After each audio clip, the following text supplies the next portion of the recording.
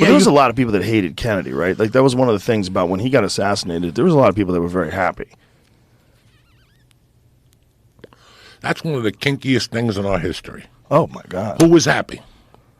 For sure, the Republicans. There was a lot of Republicans that did not like him. It was after the Bay of Pigs.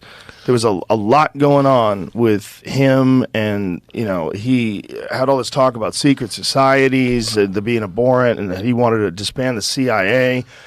That motherfucker wanted to get us out of Vietnam. Like, Kennedy was a different cat. He was a different cat. And, you know, for all of his sexual proclivities and all, you know, all the documented things of him being a freak, they're all freaks. That's why those people became presidents in the first place. Freaks. That's why they wanted power. They were men who wanted power.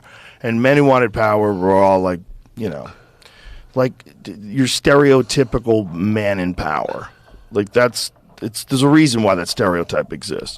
But when you look at what he was trying to do for the country and trying to unite people, and the speeches that he gave, to this day, they're fucking incredible. Civil rights, everything. He pissed off a lot of people. Even talking about going to the moon, just the way he phrased it. We choose to go to the moon, not because it's easy, because it is hard. Like, he talked about that. Like he wanted it to be like a symbol of American excellence.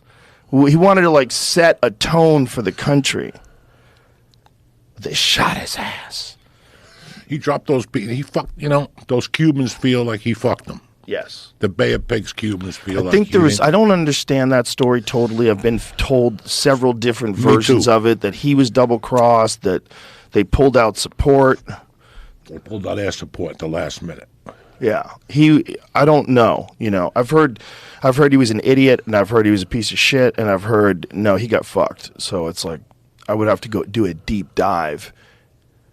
You know, it's very difficult when you're reading some versions of history, because you could read a lot of versions of history that treat the Lee Harvey Oswald lone assassin story as if it's plausible.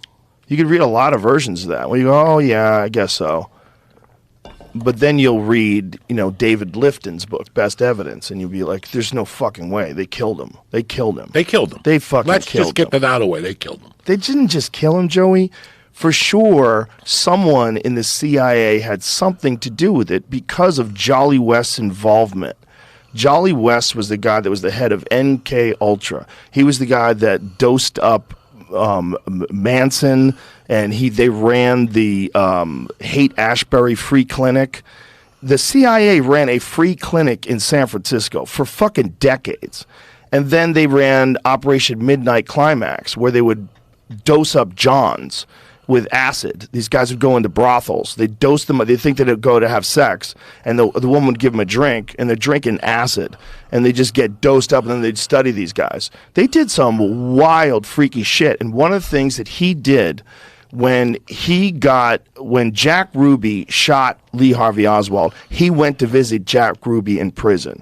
And from that moment on, Jack Ruby lost his fucking mind. He was hiding underneath the bed, saying the Jews are being incinerated, they're coming to kill us all. He was tripping balls. I think they just dosed that guy into a fucking coma, and then after they dosed him into a coma, they gave him cancer. And he was dead like within a year. Wow. And it's all connected. It's all connected. And the idea that no one was involved in that assassination other than Lee Harvey Oswald, that doesn't make any sense. Even if Lee Harvey Oswald was the only one who pulled the trigger, even if that, Lee Harvey Oswald was traveling back and forth to Russia. He lived in Russia. He's married to a Russian woman. Like, the fact that this is in the middle of the Cold War, they're not investigating this guy. They're not. Get the fuck out of here. I think he was a patsy, bro. I think they set him up from A to Z. Yep. Somebody was giving him money, letting him know. It's interesting because listen, you don't want to base yourself on stupid things, but remember that speech that dude gave, Kevin Costner? Which one? In JFK. Yes. What was the guy's name? He's the guy. Donald Sutherland. Donald Guy Sutherland. from Invasion of the Body Snatchers. The guy, that motherfucker, got offered a deal for Animal House. He would have been like $11 million. He took the $10,000 one payment. Really? Yeah, I read that somewhere. I still love Donald Sutherland. Donald Sutherland was a bad motherfucker. But that speech he gave... Kiefer Sutherland's dad. Kiefer Sutherland's... How they already had information on. He goes, Guy got shot, and within 10 minutes, they already had a whole background on this guy. You know, and then he showed them the newspapers. How could the paper come out in Brussels? But I don't remember the whole thing, but all that made a lot of fucking sense. Yeah, newspapers were already reporting stories on him. On him, yep. On him, who he was, what his background was. Yeah, I think he was a patsy. And very interesting.